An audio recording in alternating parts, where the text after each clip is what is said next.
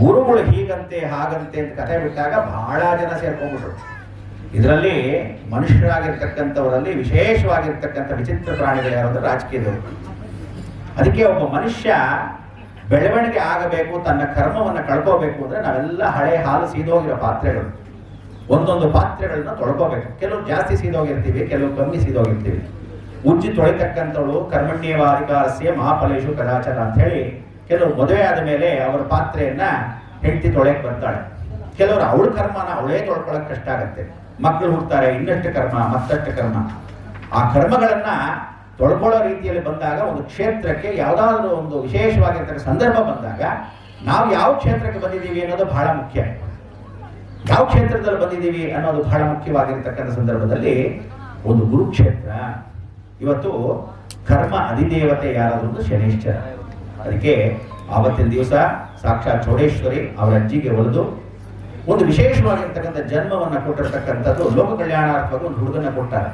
ಆ ಪುಟ್ಟ ಹುಡುಗ ಒಂದು ಒಳ್ಳೆ ಸಾಧನೆಯನ್ನ ಮಾಡಿ ವಿಶೇಷವಾಗಿರ್ತಕ್ಕಂಥ ಸಂದರ್ಭದಲ್ಲಿ ಲೋಕಕ್ಕೋಸ್ಕರ ಎಲ್ಲ ಗಿಡಮೂಲಿಕೆಗಳನ್ನು ಸೇರಿಸಿ ಇವತ್ತು ವಿಶೇಷವಾಗಿ ಎಷ್ಟೋ ಜನಕ್ಕೆ ಸಂತಾನವಿಲ್ಲದವರಿಗೆ ಸಂತಾನ, ಎಷ್ಟೋ ಜನ ರೋಗ ರುಜಿನಗಳಿದ್ದಾಗ ಅವರಿಗೆ ಅಭಿವೃದ್ಧಿ, ಪರಿವರ್ತನೆ ಮಾಡಿರ್ತಕ್ಕಂಥ ಜೀವನ ಜಗತ್ತು, ಇಂಥದ್ದೆಲ್ಲ ಹಾವು ಕಚ್ಚಿದ್ದವರಿಗೆ ಒಂದು ವಿಷ ಪ್ರಾಣಿಯಾಗಿರ್ತಕ್ಕಂಥದ್ದು ಔಷಧಿ, ಹೀಗೆ ಒಂದೊಂದೇ ಸಾಧನೆಯನ್ನ ಮಾಡ್ಕೊಂಡ್ಬಂದು ಎಷ್ಟೋ ದಿವಸ ತಪೋಯಜ್ಞವನ್ನ ತಾವೇ ತಪಸ್ಸನ್ನ ಮಾಡಕ್ಕೋಸ್ಕರ ಭೂಮಿಗೆ ಅಡಗಿ ಹೋಗಿದ್ರು. ಒಂದಷ್ಟು ದಿವಸ ಮೌನವಾಗಿ ಇಂಥ ಜನಗಳ ಸಾಹಸ ಬೇಡ ಅಂತ. ಅದಕ್ಕೆ ಇವತ್ತು ಚಾಮುಂಡೇಶ್ವರಿ ಬೆಟ್ಟಕ್ಕೆ ಬಹಳ ಜನ ಏನಂದ್ರೆ 2500 ರೂಪಾಯಿ ಕೊಟ್ರೆ ಅವಳು ಆಷಾಢ ಮಾಸದಲ್ಲೇ ಇರ್ತಾಳಂತೆ ಚಾಮುಂಡೇಶ್ವರಿ ಅಂತ. ಯಾವ ಹುಚ್ಚು ನನ್ನ ಮಗ ಹೇಳೋದನ್ನ ಗೊತ್ತಿಲ್ಲ. ಆಷಾಢದಲ್ಲೇ ದೇವಿ ಕೂತಿರೋ ಹಾಗಿದ್ರೆ ದೇವರು ನಮಸ್ಕಾರ ಮಾಡ್ತಿದ್ದವ್ರಿಗೆ ಮಾತ್ರ ಆಷಾಢದಲ್ಲಿ ಕೂತಿರ್ತಾಳೆ. ಪ್ರತಿದಿನ ಅವಳು ಕೂತಿರ್ತಕ್ಕಂಥವಳು ಯದ್ಭಾವಂ ತದ್ಭವತಿ. ನೀವು ಕಾಡಲ್ಲಿ ಕೂತಿರ್ತಾಳೆ ಅನ್ನೋರೇ ಹೊತ್ತು ಜನಗಳಿರೋ ಜಾಗಕ್ಕೆ ಹೋಗೋದೇ ಇಲ್ಲ ಅವಳು. ಹಾಗೆ ಜನಗಳಿಗೆ ಎಷ್ಟು ಮೌನವಿರುತ್ತೋ ಅಲ್ಲಿರ್ತಾಳೆ ಜಗನ್ಮಾತೆ. ಇವತ್ತು ಬಾಲಹಳ್ಳಿ ಕ್ಷೇತ್ರ ಮೌನವಾಗಿ ನಿಶ್ಶಬ್ದ ವಾತಾವರಣ, ಒಂದು ಆಶ್ರಮ, ಪರಿಪೂರ್ಣವಾಗಿ ಗುರುಗಳು ನಾನಾಯ್ತು ನನ್ನ ಪಾಡಾಯ್ತು ಅಂತ ಆರಾಮಾಗಿರ್ತಕ್ಕಂಥದ್ದು. ಅವರ ಒಂದು ಸೌಜನ್ಯತೆ, ಅವರ ಒಂದು ಸೌಮ್ಯತೆ, ಅವರ ಒಂದು ವಿಶೇಷತೆಗೆ ಇವತ್ತು ಎಷ್ಟು ಸಾಧನೆ ಅಂದ್ರೆ ವಿದೇಶಗಳಲ್ಲಿ, ದೇಶ ವಿದೇಶಗಳಲ್ಲಿ ಎಂತೆಂಥ ದೊಡ್ಡ ದೊಡ್ಡ ಕಂಪ್ನಿ, ಟಾಟಾ ಬಿರ್ಲಾ ಆಗ್ಲಿ, ನರೇಂದ್ರ ಮೋದಿ ಆಗ್ಲಿ, ವಿಶೇಷವಾಗಿರ್ತಕ್ಕಂಥ ಅಮಿತ್ ಶಾ ಆಗ್ಲಿ, ಎಂತೆಂಥ ರಾಜನಾಥ್ ಸಿಂಗ್ ಆಗ್ಲಿ, ಪ್ರತಿಯೊಬ್ಬರು ಬಂದು ಇವತ್ತು ಗುರುಗಳಿಗೆ ಶರಣಾಗತವಾಗಬೇಕು ಅಂದ್ರೆ ಅಂತ ಒಂದು ಕೊಹಿನೂರ್ ಡೈಮಂಡ್ ನಾವಲ್ಲಿ ಕಾಪಾಡ್ಕೋಬೇಕಾದ ಬಹಳ ಮುಖ್ಯ. ಎಲ್ಲರೂ ಏನ್ ಮಾಡ್ತಾರೆ, ದುಡ್ಡು ಬಂದಾಗ ಆ ದುಡ್ಡನ್ನ ಹಾಳು ಮಾಡೋಣ, ತಿಂದು ಬಿಡೋಣ, ನುಗ್ಗು ಬಿಡೋಣ ಅನ್ನೋದಕ್ಕೆ ಬರ್ತಾರೆ ಹೊರತು ಆ ದುಡ್ಡು ಇಲ್ದಿದ್ದಾಗ ಒಬ್ಬ ಮನುಷ್ಯನಿಗೆ ವ್ಯಾಲ್ಯೂನೇ ಇಲ್ಲ. ಮನುಷ್ಯನಿಗೆ ಹೆಸರಿಟ್ಟಾಗ ನಾಮಕರಣ ಅಂತಾರೆ, ಸತ್ತು ಹೋದಾಗ ಆ ಹೆಣನ ಪಕ್ಕಕ್ಕೆ ಬಿಸಾಕು ಅಂತಾರೆ. ಹೀಗಿದೆ ಮನುಷ್ಯ ಜಾತಿಯ ಒಂದು ವಿಶೇಷತೆ. ಅದಕ್ಕೆ 4 ಪಂಗಡ ಇರ್ತಾರಂತೆ. ಅವತ್ತು ಇಡೀ ಜಗತ್ತಲ್ಲಿ 4 ವರ್ಗದ ಜಾತಿಗಳು. ನೀವೆಲ್ಲ ಅನ್ಕೊಂಡ ಹಾಗೆ 4 ವರ್ಗದ ಜಾತಿ ಇದ್ರೆ ಬ್ರಾಹ್ಮಣ, ವೈಶ್ಯ, ಶೂದ್ರ, ಕ್ಷತ್ರಿಯ ಅನ್ಕೊಂಡಿದ್ರೆ ಖಂಡಿತ ಇಲ್ಲ. ಇಡೀ ಎಲ್ಲಾ ಜಗತ್ತಲ್ಲೂ ಇದನ್ನ ಅರ್ಥ ಮಾಡ್ಕೊಂಡ್ಬಿಟ್ರೆ ಸಾಕು. ಇಡೀ ಭೂಮಂಡಲದಲ್ಲಿ ಎಲ್ಲಾ ದೇಶದಲ್ಲೂ, ಎಲ್ಲಾ ವಿದೇಶದಲ್ಲೂ, ಎಲ್ಲಾ ಕಡೆನೂ ಈ 4 ವರ್ಗ ಇದ್ದೇ ಇರ್ತಾರೆ. ಯಾರು 4 ವರ್ಗ ಅಂದ್ರೆ, ಮೊದಲನೇ ವರ್ಗ ಚೆನ್ನಾಗಿರೋ, ನಾನ್ ಚೆನ್ನಾಗಿದ್ದೀನಿ ನೀನು ಚೆನ್ನಾಗಿರು. ಎರಡನೇ ವರ್ಗ, ನಾನ್ ಚೆನ್ನಾಗಿಲ್ಲ ಅದಕ್ಕೆ ನೀನು ಚೆನ್ನಾಗಿರ್ಬಾರ್ದು, ನಾನ್ ಚೆನ್ನಾಗಿಲ್ಲ ನೀನು ಚೆನ್ನಾಗಿರ್ಬಾರ್ದು. ಮೂರನೇ ವರ್ಗ, ನಾನ್ ಮಾತ್ರ ಚೆನ್ನಾಗಿರ್ಬೇಕು, ನೀನ್ ಹಾಳಾಗಿ ಹೋಗ್ಬೇಕು, ನಾನ್ ಮಾತ್ರ ಚೆನ್ನಾಗಿರ್ಬೇಕು, ನೀನ್ ಹಾಳಾಗಿ ಹೋಗ್ಬೇಕು. ಆದ್ರೆ ಆ ಕೊನೆಯ ವರ್ಗ ಇದೆಯಲ್ಲ, ಆ ಕೊನೆಯ ವರ್ಗ ಜಗನ್ಮಾತೆ ಆಗಿರ್ತಕ್ಕಂಥ ತಾಯಿ ಜಗನ್ಮಾತೆ. ಅವಳು ಬಿಟ್ರೆ ನಮ್ಮ ಹೆತ್ತು ತಾಯಿದ್ರು ಮಾತ್ರ ಸಾಧ್ಯ. ಏನ್ ಹೇಳುತ್ತೆ ಅಂದ್ರೆ, ಇಡೀ ಜಗತ್ತಲ್ಲಿ ನಾನು ಚೆನ್ನಾಗಿದ್ದರೂ ಪರವಾಗಿಲ್ಲ ನೀನ್ ಚೆನ್ನಾಗಿರು, ನಾನು ಚೆನ್ನಾಗಿದ್ದರೂ ಪರವಾಗಿಲ್ಲ ನೀವು ಚೆನ್ನಾಗಿರು. ಅದಕ್ಕೆ ಒಂದು ಕ್ಷೇತ್ರಕ್ಕೆ ಬಂದಾಗ ಗುರು ನಿಷ್ಕಲ್ಮಶವಾಗಿ ಪಾಠವನ್ನು ಮಾಡ್ತಾರೆ.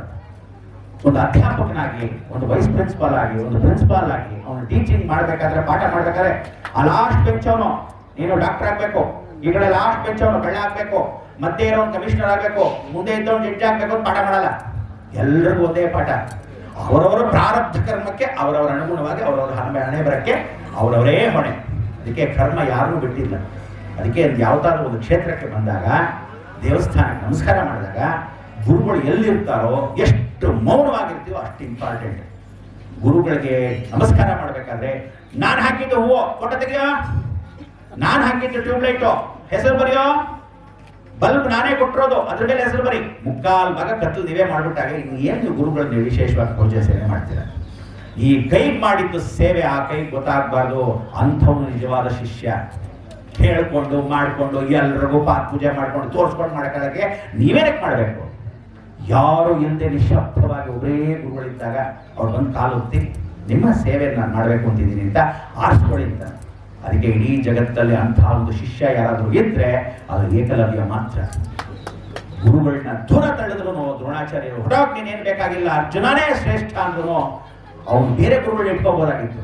ಆದರೂ ಸಹ ಅದೇ ಪುತ್ರಿಯನ್ನ ಮಾಡಿಸಿ ಅದೇ ಗುರುಗಳ ಹತ್ರ ಪಾಠ ಕಲ್ತಿರ್ತಕ್ಕಂಥ ಒಂದು ವಿಗ್ರಹನ ಮಾಡ್ಕೊಂಡಿದ್ದವನು ಏಕಲವ್ಯ ಒಬ್ಬನೇ. ಅದಕ್ಕೋಸ್ಕರ ಇವತ್ತು ನೀವೆಲ್ಲರೂ ನಾಳೆ ಎಂತೆಂಥ ಕಷ್ಟ ಬರುತ್ತೋ, ಇವತ್ತಿದ್ದು ಮನುಷ್ಯ ನಾಳೆ ಬೆಳಗ್ಗೆ ಏನಾಗ್ತಾನೆ ಗೊತ್ತಿಲ್ಲ. ರಾತ್ರಿ ಮಲಗಿದ್ದವನು ಬೆಳಗ್ಗೆ ನೆಗೆದ್ಬಿಟ್ಟು ಹೋಗಿರ್ತಾನೆ. ಅಂಥದ್ರಲ್ಲಿ ಇವತ್ತಿನ ದಿವಸ ಕೇತು ಜೊತೆನೇ ಸಾಕ್ಷಾತ್ ಸೂರ್ಯನಾರಾಯಣನ ಜೊತೆ ಕೂತಿದ್ದಾನೆ ಕೇತು. ಅದಕ್ಕೆ ಕರೆಕ್ಟಾಗಿ ಹೋದ ತಿಂಗಳಿಂದ ಕರೆಕ್ಟಾಗಿ 9 ತಿಂಗಳ ಕಾಲ ಎಲ್ಲರೂ ಹಾರ್ಟ್ ಅಟ್ಯಾಕ್ ಆಗಿ ಸಾಯೋದು ಬಂದಿಟ್ಕೊಳ್ಳಿ. ಚಿಕ್ಕವರು ದೊಡ್ಡವರು ಹೋಲ್ಸೇಲ್ ಆಗಿ ಸಾಯ್ತಾರೆ, ಸಣ್ಣ ಪುಟ್ಟಕ್ಕೆ ಸಾಯಲ್ಲ. ಕೇತು ಅಂದ್ರೆ ಹಾರ್ಟ್ ನ ಅಟ್ಯಾಕ್ ಮಾಡ್ತಕ್ಕಂಥವನು. ರಾಹು ಶನಿಯ ಮನೆಯಲ್ಲಿ ಕೂತಿದ್ದಾನೆ, ಕೂತ್ಕೊಂಡು ಅಟ್ಯಾಕ್ ಮಾಡೇ ಮಾಡ್ತಾನೆ, ದೇಶವನ್ನ ವಿಭಿನ್ನ ಮಾಡ್ತಾನೆ ಅಂತ ಹೇಳ್ತಾನೆ. ಇಡೀ ಜಗತ್ತಲ್ಲಿ ನಮ್ಗೆ ಸಹಾಯ ಮಾಡೋರು ಒಬ್ಬನೇ ಒಬ್ಬನು ಅಂದ್ರೆ ರಷ್ಯಾ ಮಾತ್ರ. ಎಲ್ಲರೂ ಬೇರೆಯವ್ರ ನಾಟಕಕ್ಕೋಸ್ಕರ ಹಿಂದೆ ಬರ್ತಾರೆ. ಅದಕ್ಕೆ ಇವತ್ತು ಒಂದು ಪುಣ್ಯವಾದ ಭೂಮಿಯಲ್ಲಿ ಇಂಥ ಒಂದು ಪೂಜಾ ಮಂದಿರದಲ್ಲಿ ಭಗವತಿನೇ ಸ್ವತಃ ಆರಿಸ್ಕೊಂಡಿರ್ತಕ್ಕಂಥವ್ರು ಯಾರಾದ್ರೂ ಒಂದು ಮಹನೀಯ ವ್ಯಕ್ತಿ ಇದ್ದಾರೆ ಅಂದ್ರೆ ಅದು ನರೇಂದ್ರ ಮೋದಿ ಮಾತ್ರ ಸಾಧ್ಯ. ಇಂತಹ ಒಂದು ನರೇಂದ್ರ ಮೋದಿ ಅವರಿಗೆ ಇವತ್ತು ನಾವು ನೀವೆಲ್ಲರೂ ಯುದ್ಧಕ್ಕೆ ಹೋದಾಗ ಹೊರಗಡೆ ಇಷ್ಟು ಸೆಕ್ಯೂರಿಟಿ ಇದೆಯಾ, ಇಷ್ಟು ಜನ ನಮ್ಮನ್ನು ಕಾಪಾಡಿದ್ರ, ಯಾವನೋ ಒಬ್ಬರು ಭಾಗ ಹಾಕ್ಬಿಟ್ರೆ ಏನಾಗ್ಬಿಡುತ್ತೆ ನಾಳೆ ಗತಿ ನಿಮ್ಗಳಿಗೆ ಹೋಲ್ಸೇಲ್ ಆಗಿ ಸತ್ತೋಗ್ತೀರಾ. ಆದ್ರೆ ಅದನ್ನೆಲ್ಲ ರಕ್ಷಾ ಕವಚವಾಗಿ ಅಷ್ಟನ್ನೆಲ್ಲ ತಯಾರು ಮಾಡಿರ್ತಕ್ಕಂಥ ಒಬ್ಬ ವ್ಯಕ್ತಿ ಹಿಂದುಗಡೆ ಅಷ್ಟು ಕೆಲಸ ಮಾಡ್ತಿದೆ ಅಂದ್ರೆ ರಾಜಕೀಯ ಬಿಟ್ಬಿಡಿ. ಆದ್ರೆ ಅದು ವ್ಯಕ್ತಿನ ಭಗವಂತನೇ ಆರಿಸ್ಕೊಂತಾನೆ, ಅದು ಸತ್ಯ. ಇವತ್ತು ನರೇಂದ್ರ ಮೋದಿ ಕೂಡ ಕೆಲಸ ಮಾಡಬಾರ್ದು ಅಂತ ಬಹಳ ಜನ ಅವ್ರು ಕೆಳಗಿರೋ ಕೆಲಸ ಮಾಡ್ತಿರ್ತಕ್ಕಂಥ ಎಷ್ಟೋ ಜನ ಎಲ್ಲ ಕರಪ್ಷನ್ ಮಿನಿಸ್ಟರ್ ಆಗಿದ್ರೆ ನಾನು ಲಂಚ ತಗೋತೀನಿ ನೀವು ತಗೊಳ್ಳೋ ಅಂತ ಎಲ್ಲ ಸೇರಿಸ್ಕೊಂಡು ಹಾಳು ಮಾಡ್ತಾ ಇದ್ದಾರೆ. ಆದ್ರೆ ನಮಗ್ ಬೇಕಾಗಿರೋದು ಮುಖ್ಯವಾಗಿರ್ತಕ್ಕಂಥದ್ದು ಒಬ್ಬ ದೇವತೆ ಅನುಗ್ರಹ. ಅದಕ್ಕೆ ದೇವ್ರ ವರ ಕೊಟ್ಟರು ಪೂಜಾರಿ ವರ ಕೊಡಲ್ಲ. ಇವತ್ತು ನೀವು ಕುರುಕ್ಷೇತ್ರಕ್ಕೆ ಬಂದಾಗ ಮೌನವೇ ಶರಣಾಗತಿ. ಯಾವುದು ತಿಳ್ಕೊಳ್ಳಿ, ಒಂದು ಕುರುಕ್ಷೇತ್ರಕ್ಕೆ ಬಂದಾಗ ನಿಶ್ಶಬ್ದವಾಗಿ ಬರಬೇಕು, ಮೌನವಾಗಿ ಗುರುಗಳ ಪಾದಕ್ಕೆ ನಮ್ಮೆಲ್ಲ ಸಂಕಷ್ಟಗಳನ್ನ ಭಗವಂತ ಗುರು ಮುಖಾಂತರ ದೇವದರ್ಶಿಯಾಗಿ ಅಂತ ಗುರುಗಳ ಪಾದಕ್ಕೆ ಹಾಕ್ಬಿಡೋಣ. ಆ ಭಗವಂತ ಕರ್ಮದೇವತೆ ನಮ್ಮ ಕರ್ಮಗಳನ್ನು ಕಳೀಲಿ, ತಾಯಿ ಜಗನ್ಮಾತೆ ಇಷ್ಟಾರ್ಥಗಳನ್ನ ಸಿದ್ಧಿ ಮಾಡಲಿ ಅಂತ ಪ್ರಾರ್ಥನೆ ಮಾಡೋಣ. ನಾನು ಓಂಕಾರ ಹೇಳ್ತೀನಿ, ಕಣ್ಣು ಮುಚ್ಚಿ ನಿಮ್ಮ ಇಷ್ಟ ದೇವತೆ, ನಿಮ್ಮ ಮನೆ ಕುಲದೇವತೆ, ನಿಮ್ಮ ಮನೆ ಗ್ರಾಮ ದೇವತೆ ನೆನೆಸ್ಕೊಂಡು ಗುರುಗಳ ಪಾದಕ್ಕೆ ಎಲ್ಲರೂ ಮೌನವಾಗಿ 2 ನಿಮಿಷ ಮನಸ್ಫೂರ್ತಿಯಾಗಿ ಸಂಕಲ್ಪ ಮಾಡ್ಕೊಳ್ಳಿ. ಏನೇನು ಬೇಕೋ ಗುರುಪಾದದ ಮುಖಾಂತರ ಕೇಳ್ಕೊಳ್ಳಿ.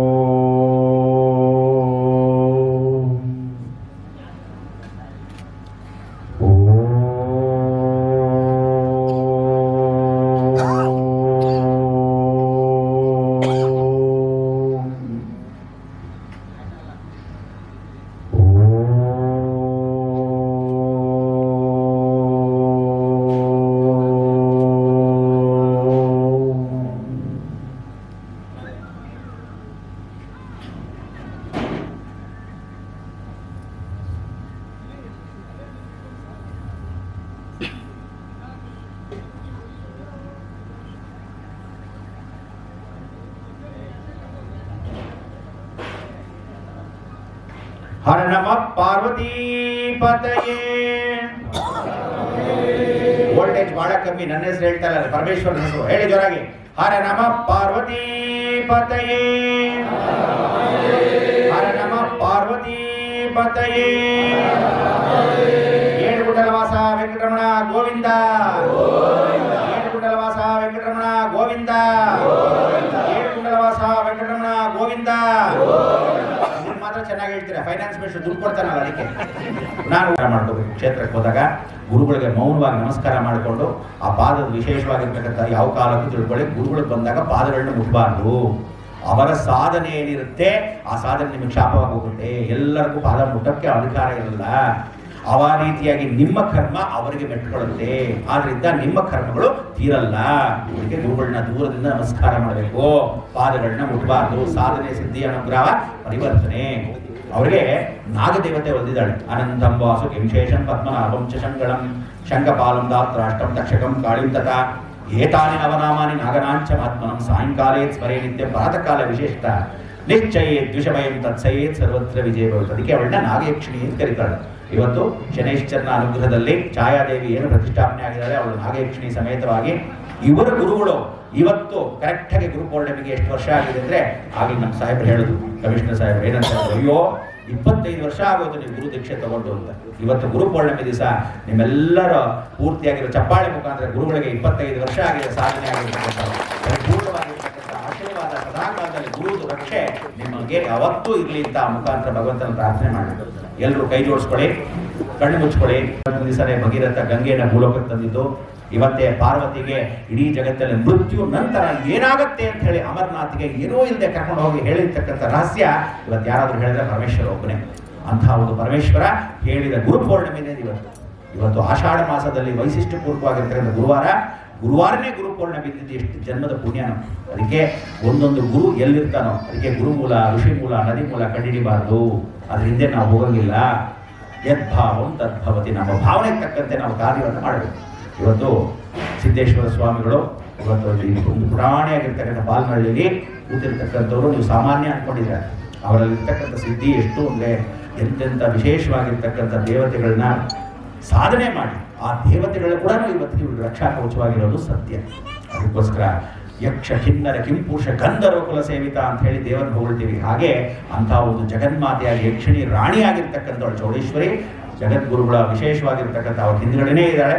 ಸದಾಕಾಲ ಕರ್ಮ ದೇವತೆ ಸ್ವತಃ ಅವನೇ ಜೊತೆಯಲ್ಲಿ ಪರಮಾತ್ಮನ ಅನುಗ್ರಹದಿಂದ ಅವನೇ ಸ್ವತಃ ಇವ್ರ ಜೊತೆ ಇದ್ದಾನೆ. ಅದರಿಂದ ಯಾರು ಯಾವ ಕಾಲಕ್ಕೂ ಒಂದು ಹುಲ್ಕಡ್ಡಿ ಕೂಡ ಅಲ್ಲಾಡ್ಸಕ್ಕಾಗಲ್ಲ, ಯೋಚನೆ ಇಲ್ಲ. ಆದರೂ ಸಹ ಗುರುಗಳಿಗೆ ಸದಾಕಾಲದಲ್ಲಿ ನಾವು ಕಾಪಾಡಬೇಕಾದ ಧರ್ಮ. ನಾವು ಗುರುಗಳ ಜೊತೆಗೆ ಸೇವೆ ಮಾಡೋದು ನಮ್ಮ ಧರ್ಮ. ಸದಾಕಾಲದಲ್ಲಿ ಗುರುಗಳಿಗೆ ಇಷ್ಟಾನುಸಾರವಾಗಿ ನಮಸ್ಕಾರ ಮಾಡಿ ಅವರ ಪ್ರಾರ್ಥನೆಯನ್ನು ನಾವು ಕೇಳ್ಕೋಬೇಕೇ ಹೊರತು ಆರ್ಡರ್ ಮಾಡೋದಲ್ಲ. ಅದಕ್ಕೆ ಇವತ್ತೆಲ್ಲರೂ ಬಂದಿದ್ದೀರಾ.